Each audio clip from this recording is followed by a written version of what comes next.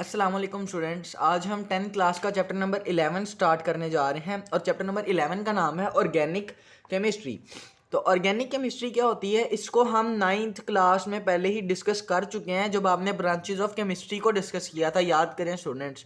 तो organic chemistry की definition तब हम पढ़ चुके हैं।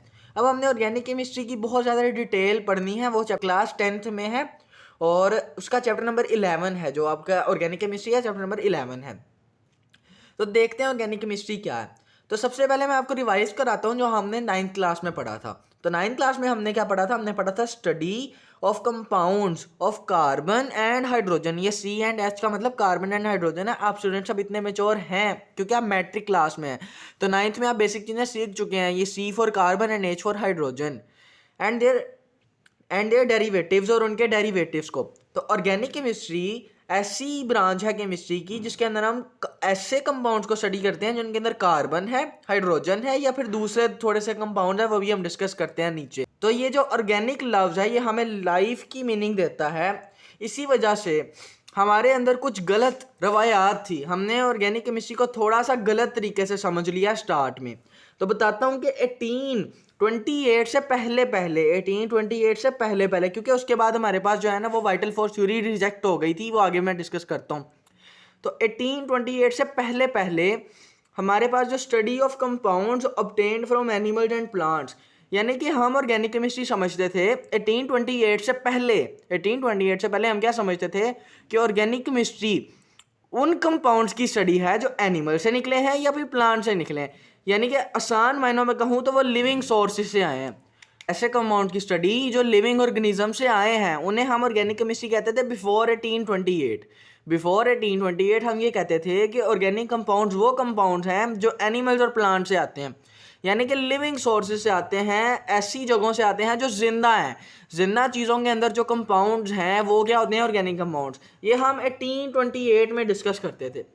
लेकिन क्योंकि अब ये जो मैंने आपको बताई है ये मॉडर्न डेफिनेशन थी जो हमने 9th क्लास में भी पढ़ी। 1828 की डेफिनेशन ये थी कि study of compounds obtained from animals and plants या लिविंग सोर्सेज।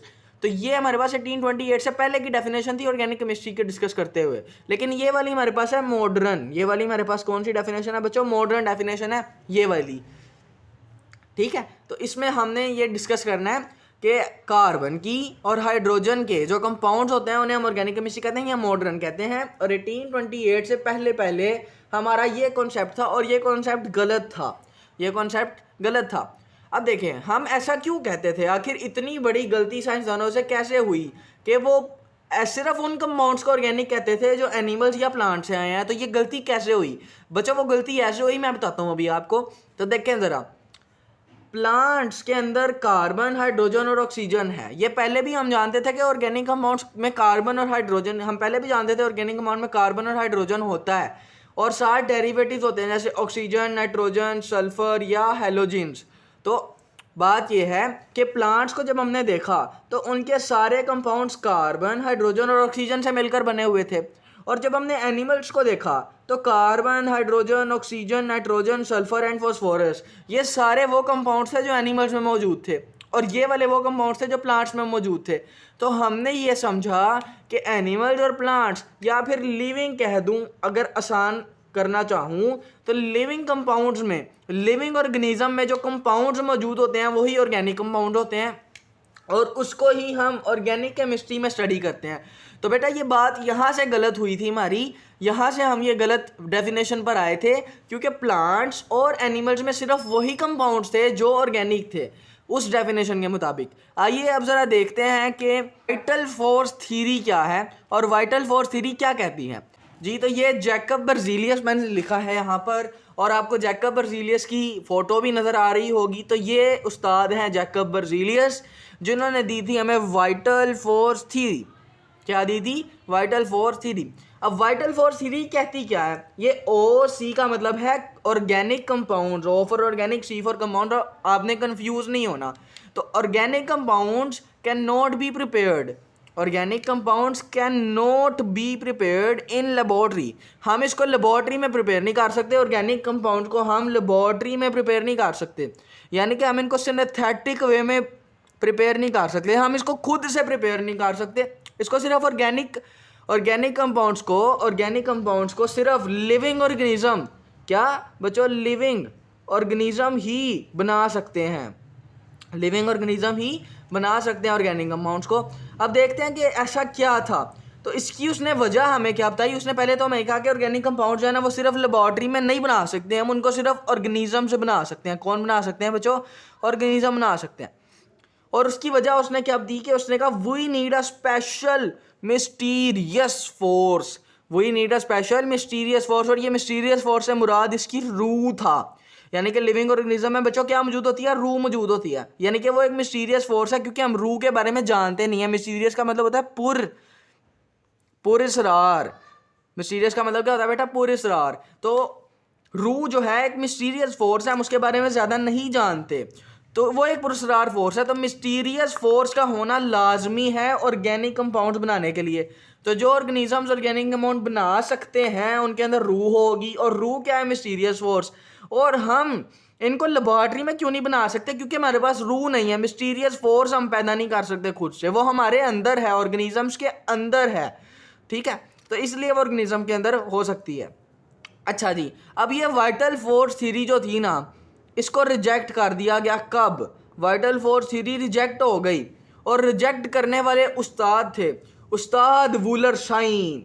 तो वूलर शाइन ने सिंथेसाइज किया ऑर्गेनिक कंपाउंड, ऑर्गेनिक कंपाउंड का नाम था यूरिया, और इन्होंने यूरिया जो है वो बनाया। यूरिया की फ़ोटो आपको आपके जो है उधर नज़र आ रही होगी, और वूलर की भी आपको अब ये फ़ोटो नज़र आ रही है बच्चों। तो ये वूलर है, और इन्होंने सिंथेसाइज किया ऑर्गेनिक कंपाउंड जिसका नाम था यूरिया। और मज़े की बात है कि ये ऑर्गेनिक कंपाउंड इन्होंने लेबॉर्ट्री में बनाया। किधर बनाया बच्चों, लेबॉर्ट्री में बनाया। तो यहाँ से ये वाइटल फोर्स थ्योरी ना गलत साबित हो गई, क्योंकि वाइटल फोर्स थ्योरी क्या कहती थी, वो कहती थी कि लेबॉर्ट्री में हम प्रिपेयर नहीं कर सकते। लेकिन वूलर साहब ने क्या किया, इन्होंने लेबॉर्ट्री में यूरिया प्रिपेयर करके कहा लो जी बढ़ो, बन गया हमारे पास ऑर्गेनिक कंपाउंड। तो ये वाइटल फोर्स थ्योरी यहाँ पर गलत साबित होगी। तो पेपर में आपको शॉर्ट क्वेश्चन आता है, हो vital force theory was rejected, vital force theory को कैसे रिजेक्ट किया गया। तो फिर आप ये बताएंगे कि वूलर ने ऑर्गेनिक कंपाउंड यूरिया बनाया था इन लेबॉर्ट्री, जिसकी वजह से वाइटल फोर्स थ्योरी वो गलत साबित हो गई। अच्छा जी, तो इसने ये ऑर्गेनिक कंपाउंड यूरिया कैसे बनाया, ऑर्गेनिक कंपाउंड यूरिया कैसे बनाया इसने। तो बेटा ऑर्गेनिक कंपाउंड यूरिया जो है ना, इन्हें ऐसे बनाया कि NH4CNO, बेटा ये आपको नजर आ रहा है। तो ये जो कंपाउंड है इसको हम कहते हैं अमोनियम, क्या कहते हैं बच्चों, अमोनियम। और इसका नाम है बच्चों अमोनियम सायानेट। क्या नाम है, अमोनियम सायानेट। तो एज आ MCQs आपने याद रखना है कि यूरिया कहाँ से हमने प्रिपेयर किया था, तो अमोनियम सायानेट से प्रिपेयर किया था। और ये जो आपको फार्मूला नज़र आ रहा है बेटा, ये है यूरिया। ये क्या है, यूरिया। जब मैंने NH4CNO को यानी कि अमोनियम सायानेट को हीट किया, ये वाला जो सिंबल होता है ये हीट के लिए होता है। किसके लिए बेटा होता है, हीट के लिए। तो जब मैंने इस कंपाउंड को हीट किया तो ये रीअरेंज हो गया। क्या हो गया, रीअरेंज। यानी कि देखें ये बन गया हमारे पास कंपाउंड, और ये कंपाउंड क्या बेटा, ये कंपाउंड यूरिया कहलाता है। ये कंपाउंड क्या कहलाता है, यूरिया कहलाता है। इसको थोड़ा सा एक्सप्लेन करता हूँ मैं जी स्टूडेंट्स। तो हमने NH4CNO, ये मेरे पास क्या था बच्चों, अमोनियम सायानेट था। ये क्या था, अमोनियम सायानेट। इससे मैंने प्रिपेयर किया NH2CONH2। ये क्या था बेटा, ये क्या था, ये यूरिया था। ये क्या था, यूरिया था। और ये क्या था, ये अमोनियम, ये था अमोनियम, ये कंपाउंड था अमोनियम सायानेट।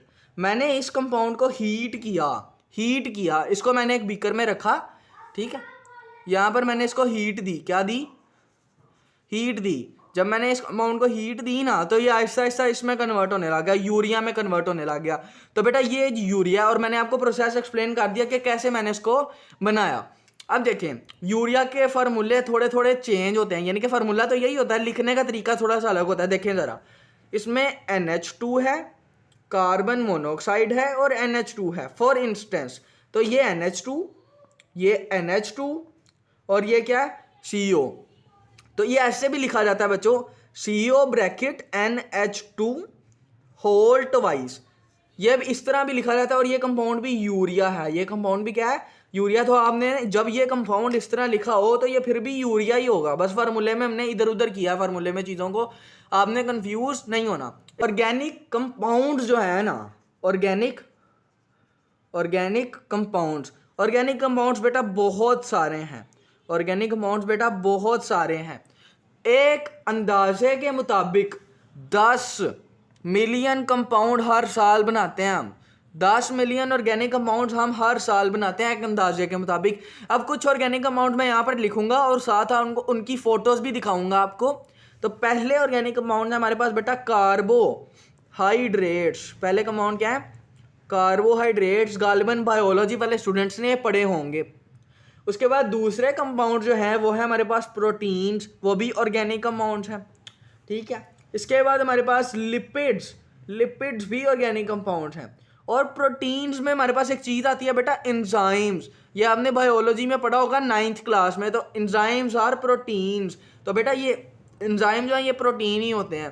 तो प्रोटीन्स और एंजाइम एक ही कैटेगरी में आएंगे। उसके बाद लिपिड्स भी ऑर्गेनिक कंपाउंड्स हैं।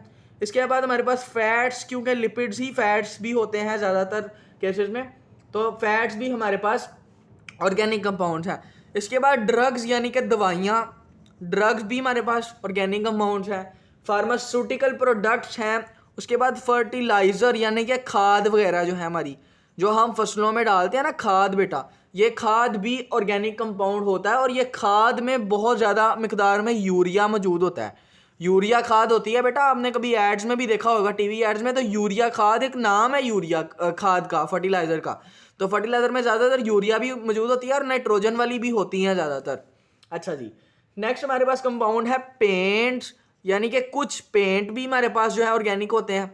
डाइज भी ऑर्गेनिक कंपाउंड्स होती हैं। डाइज वो जो जिनसे हम कपड़ों को रंगते हैं, वो डाइज। उसके बाद हमारे पास नेक्स्ट कंपाउंड है सिंथेटिक रबर। क्या बेटा? गौर से आपने देखना है बेटा, कंपाउंड का नाम सिंथेटिक रबर। ये देखें सिंथेटिक रबर। सिंथेटिक रबर बेटा क्या होती है? ये जो टायर होते हैं ना, टायर, ये जो टायर होते हैं ये होती है सिंथेटिक रबर। और जो लड़कियां रबर बैंड पहनती हैं अपने बालों में, तो बेटा वो भी क्या होता है? वो भी सिंथेटिक फाइबर होता है। और ये टायरों की आपको जो फोटो नजर आ रही है तो ये सिंथेटिक रबर है बेटा। उसके बाद हमारे पास नेक्स्ट कंपाउंड है बेटा, वो है प्लास्टिक। तो कुछ प्लास्टिक जो है वो ऑर्गेनिक कंपाउंड होते हैं। और इसमें से एक जो टाइप है वो है बेकलाइट। ये आपके लेवल पर तो नहीं है, लेकिन आपने याद रखनी है कि प्लास्टिक जो है वो बेकलाइट भी होता है और बेकलाइट एक ऑर्गेनिक कंपाउंड है। इसके बाद नेक्स्ट हमारे पास है आर्टिफिशियल फाइबर। क्या? आर्टिफिशियल फाइबर, यानी कि जो हमने धागे बनाए होते हैं, ये जो आपको नजर आ रहे हैं ना, अब ये हम चारपाइयों के बान भी होते हैं ये, और ये इनको हम कुर्सियों के ऊपर भी लपेटते हैं बैठने के लिए। तो बेटा ये आर्टिफिशियल फाइबर है जो आपको नजर आ रहे हैं। उसके बाद मैनी पॉलीमर्स, यानी कि पॉलीमर्स होते हैं हमारे पास। और पॉलीमर्स क्या होते हैं बेटा? डिफरेंट कंपाउंड से मिलकर एक बहुत बड़ा कंपाउंड बन जाता है, उसे पॉलीमर कहते हैं। और इसकी फोटो आपको नजर आ रही है अभी। तो ये पॉलीमर्स होते हैं। तो बेटा ऑर्गेनिक केमिस्ट्री का इंट्रोडक्शन आज हमने पढ़ा। इंट्रोडक्शन में हमने कुछ चीज़ें पढ़ी। उन चीज़ों में था कि सबसे पहले ऑर्गेनिक केमिस्ट्री की मॉडर्न डेफिनेशन यह है कि जिनमें कंपाउंड्स में कार्बन और हाइड्रोजन हो या उनके डेरिवेटिव्स को हम स्टडी करते हैं, वो ऑर्गेनिक केमिस्ट्री है। और इसकी पुरानी डेफिनेशन जो कि 1828 से पहले थी, वो ये थी कि जो प्लांट्स और एनिमल से कंपाउंड निकलते हैं वो ऑर्गेनिक कंपाउंड हैं। और ये वाइटल फोर्स थ्योरी सेंस में दी गई। और वो वाइटल फोर्स थ्योरी दी जैकब बर्जीलियस ने। और जैकब बर्जीलियस ने इसमें कहा कि ऑर्गेनिक कंपाउंड को लेबॉरेटरी में प्रिपेयर नहीं कर सकते हम। और दूसरा इसने कहा कि हम इसको इसलिए प्रिपेयर नहीं कर सकते, इसको प्रिपेयर करने के लिए मिस्टीरियस फोर्स चाहिए होती है जो हमारे पास मौजूद नहीं है।